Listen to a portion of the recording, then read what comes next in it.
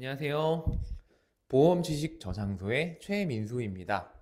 제가 유튜브를 시작한 이후로 가장 오랫동안 근무를 했던 대인보상 실전 경험을 바탕으로 여러분들에게 도움이 될 만한 영상을 만들기 위해서 노력을 하고 있는데요.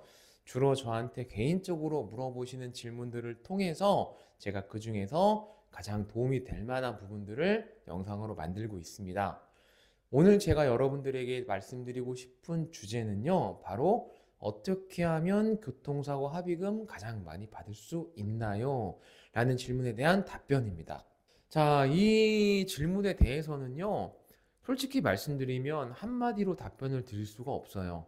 뭐 이런 방법이 있다, 이렇게 하시면 된다 라고 속 시원하게 말씀드릴 수 있으면 참 좋겠는데 실제 그렇지가 않습니다. 진단이 대부분 2주, 3주짜리 이런 분들이 많으시거든요.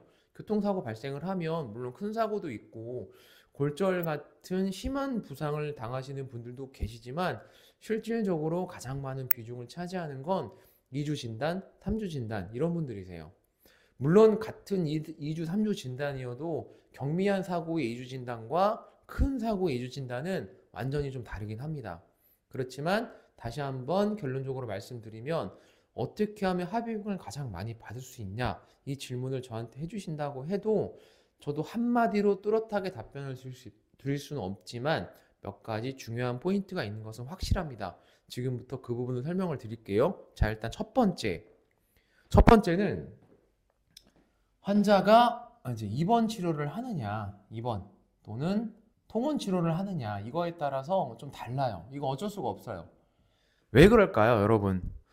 여러분들이 영상을 보고 뭐 블로그 글을 찾아서 공부를 해보셨다면 일단 첫 번째로 알 수 있는 게 입원을 하면 휴업손해라는 게 발생을 하죠. 휴업손해. 이 부분도 사실은 합의금에 상당히 큰 영향이 있습니다. 그러나 만약에 입원을 하고 첫날, 둘째 날, 뭐 그 정도쯤에 합의를 한다면요. 그러면 별 차이가 없겠죠. 그죠? 그러면 입원을 한 피해자한테는 왜 통원을 하는 피해자보다 합의금이 좀 높게 줄 수밖에 없을까요? 단순히 이 이유 때문일까요? 그렇지 않습니다. 가장 중요한 것은 어떤 피해자가 입원을 하면 그 피해자한테는 앞으로 발생될 치료비가 높을 수도 있다는 걸 의미를 해요. 자, 여러분들이 보통 보험회사랑 합의를 볼 때 많이 생각하시는 부분이 내 합의금 얼마를 받을 수 있나? 피해자분들은 이거를 먼저 생각을 하시지만 보험회사 입장에서는요. 합의금 그리고 여기에 한 가지가 더 있어요. 플러스 치료비가 지급이 돼야 돼요. 보험회사 입장에서는 이 두 가지를 합친 금액이 최종 손해액에 해당이 되는 것입니다. 보상금으로.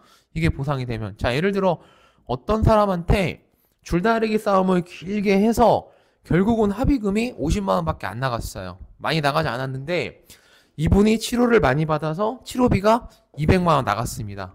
그럼 보험회사는 보상금으로 얼마가 나간 것이죠? 보험금이 총 250만 원이 나가게 된 것이죠. 이러면 본인이 받은 합의금은 이거밖에 안 되지만 보험회사 입장에서는 상당히 큰 돈이 나가게 된 것이죠. 자, 그런데 어떤 담당자가 합의금을 100만 원 줬습니다. 대신에 조기 합의를 해서 치료비가 50만 원 나갔어요. 그러니까 이번 며칠 안 하고 합의를 한 거죠. 이러면 보험회사는 어떻게 되죠? 150만 원 손해가 발생을 하게 된 것이기 때문에 보험회사 입장에서는 이 사람이 합의금을 얼마 받았냐는 그런 부분보다 결과적으로 어떻게 금액이 나갔느냐 이 부분이 굉장히 중요하기 때문에 그렇기 때문에 어떤 피해자가 입원을 했다. 그러면 그 사실만으로도 이 사람은 조기에 합의를 마무리 짓지 않으면 앞으로 병원에 들어갈 치료비가 많이 발생을 하겠구나 라는 것을 누구나 알 수 있게 돼요. 보험회사 담당 직원도 그걸 당연히 알 수 있기 때문에 피해자가 입원을 하게 되면 통원 치료보다는 금액이 좀 올라갈 수밖에 없는 것이 사실입니다.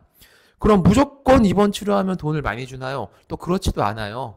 본인 과실이 많으시거나 입원을 했지만 소득이 없으시거나 이런 경우는 담당자가 그 사실을 파악하고 그냥 내버려 두면 줄다리기 싸움에서 이길 수 있겠다. 이 사람이 입원을 하고 합의금을 좀 높게 부르지만 주지 않고 버텨보자 이런 생각도 할 수 있게 되는 것이죠. 그리고 두 번째는 많은 분들이 이 부분을 생각을 좀 잘 안 하시는데 담당들이 고려하는 두 번째는 전 사고의 경중도 많이 본다고 봐요. 사고의 크기. 자, 아까 제가 서두에 뭐라고 말씀드렸죠? 같은 진단 2주라도 다르다. 이게 무슨 말씀이냐면 어떤 사람이 수리비로 자동차 사고가 났는데 수리비가 500만 원이에요. 아, 큰 사고입니다. 이 정도면은요, 영상 보면은 상당히 끔찍합니다. 국산차 기준입니다. 외제차 아니고요. 근데 어떤 사람은 수리비가 뭐 100이 안 나왔어요. 예를 들어 100만 원 미만이다. 이런 사고다. 근데 다행히 둘 다 큰 부상은 아니에요. 그러면 병원에서 진단이 몇 주가 나오냐고요? 똑같이 2주 나옵니다. 2주. 자, 여러분이 보상 담당자라면 어떤 피해자한테 합의금을 좀 더 줘야 된다고 생각하십니까? 이 부분은 설명이 필요가 없죠. 당연히 이 사람에게 조금 더 많은 신경을 쓸 수밖에 없습니다. 이거는 정말 나이롱 환자도 아니고 그냥 두면 치료가 장기화될 가능성이 굉장히 높기 때문입니다. 자, 담당들이 고려하는 두 번째, 사고의 크기 많이 봅니다. 자, 세 번째는 뭐가 있을까요, 여러분들?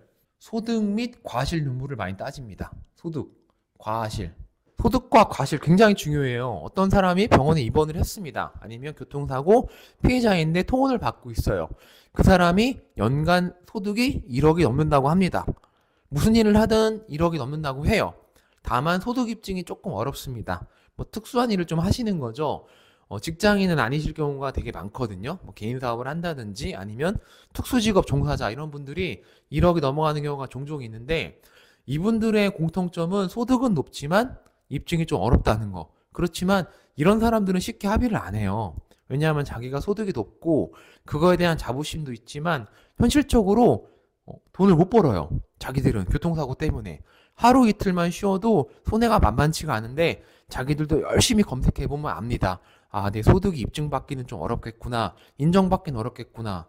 소송을 가더라도 꼭 인정된다는 그런 확실한 근거가 없기 때문에 합의는 쉽게 되지 않지만 자기가 손해본 게 좀 높기 때문에 그런 부분들을 담당한테 계속 어필은 해요. 담당들도 그래서 이 사람이 딱 봤을 때 소득이 높다 싶으면 많이 조심하는 건 사실이에요. 자, 그리고 과실이 있고 있고에 따라 좀 많이 다릅니다. 100% 피해자냐? 그러니까 과실이 0%냐? 0%냐? 아니면 과실이 한 30%가 있느냐? 이 차이도 보상금을 산정하는 데 있어서 상당히 중요한 차이예요. 물론 과실이 10% 정도 있으면 솔직히 별 의미 없습니다. 그러니까 과실 10%에 목숨 걸지 마시고요. 담당자랑 말씀을 잘 하시는 게 좋아요. 근데 과실이 이 정도 혹은 그 이상 40% 이렇게 있다. 그러면 보상금을 책정하는데 많은 영향이 미치는 것이 사실입니다. 하지만 피해자분들은 이 부분은 크게 고려 안 하시죠. 본인의 과실이 많으면 합의금 산정에 영향을 많이 미친다는 거 알고 계셔야 됩니다. 자, 그리고 마지막 네 번째는 뭘까요? 마지막 네 번째. 어떻게 보면 이게 가장 중요한 포인트가 아닐까 싶어요. 마지막 네 번째는요. 피해자의 성향입니다. 피해자의 성향. 이게 무슨 말이냐? 담당한테 말을 나쁘게 하고 공격적으로 덤비고 민원을 자주 내고 그렇게 하라는 말씀이 아니에요. 그렇게 하라는 게 아니라 담당자한테 연락을 지속적으로 하고 자기가 원하는 합의금이 얼마인지 자꾸 얘기하고 담당이 안 된다, 무리다라고 거절을 해도 담당자님 그 정도는 해주실 수 있잖아요. 계속 자주 연락을 하는 거예요. 문자도 보내고. 자, 예를 들어 담당자가 합의금을 100만 원 제시를 했습니다. 근데 우리 피해자분은 200을 받고 싶어요. 갭 차이가 얼마가 나죠? 2배가 차이가 납니다. 2배. 만약에 담당자가 합의금을 100만 원 불렀을 때 피해자분이 한 120만 원 주세요. 130만 원만 생각해 주세요. 이러면 거의 한 7, 80%는 합의가 돼요. 어지간하면. 근데 200을 불러버리면 담당자가 당장 그 부분을 바꿀 수 있는 방법은 거의 없습니다. 그렇지만 본인이 원하는 합의금이 200이잖아요. 200만 원 딱 얘기해놓고 담당자가 죄송합니다. 안녕히 계세요. 하고 갔어요. 그 뒤로 피해자는 별다른 연락이 없어요. 자기가 연락을 하는 것도 아니고 문자를 보내는 것도 아니고 거의 아무것도 하지 않아요. 내지는 연락을 하더라도 안 좋게 하신다든지 문자로 협박 가까운 문자를 보내면 담당자를 이기기 힘들어요. 담당자는 민원에는 약하지만 정신력은 강해요. 왜? 담당자는 하루에도 수십 명의 사람들과 통화를 하거든요. 이 사람들을 말빨이나 정신력으로 압박해서 이기기는 굉장히 어려워요. 보기보다 많은 사람들을 상대하기 때문에 내공이 만만치가 않습니다. 그럼 어떻게 하는 것이 좋으냐? 지속적으로 연락을 계속 하세요. 아, 담당자님, 200만 원 무리 안 되잖아요. 합의금 안 주시면 계속 치료받을 수밖에 없는데 웬만하면 합의해달라고. 문자도 보내고 연락도 하고 하루에 한 번씩, 어제 안 된다고 했지만 오늘 다시 전화해서 오늘은 좀 안 되시겠어요? 이렇게 얘기하는 게 저는 훨씬 개인적으로 괴로웠어요. 뭐 어떤 영상들을 보면 담당자한테 먼저 전화하지 마라 이런 얘기도 있는데 천만의 말씀입니다. 담당자들은요, 배당이 하루에도 3건씩 4건씩 계속 들어와요. 그래서 미결 관리가 좀 제대로 안 됐거나 발생이 많은 담당자들은 미결이 뭐 200개, 300개씩 있어요. 신규 사고 맨날 들어오기 때문에 기존에 합의가 안 된 피해자분들한테 전화할 시간이 별로 없어요. 그런데 그중에 어떤 피해자가 계속 적극적으로 전화가 오고 자신의 입장을 어필을 하잖아요. 귀찮아서라도 어떻게든 비슷한 금액을 만들려고 노력을 해요. 정의 그러면 150 정도까지 합시다. 이렇게 하게 돼 있어요. 왜? 자긴 바쁘고 힘드니까요. 다른 건도 쳐야 되는데 유독 그 사람이 연락을 자주 온다면 조금 더 생각을 할 수밖에 없다는 점입니다. 그래서 저는 이 4가지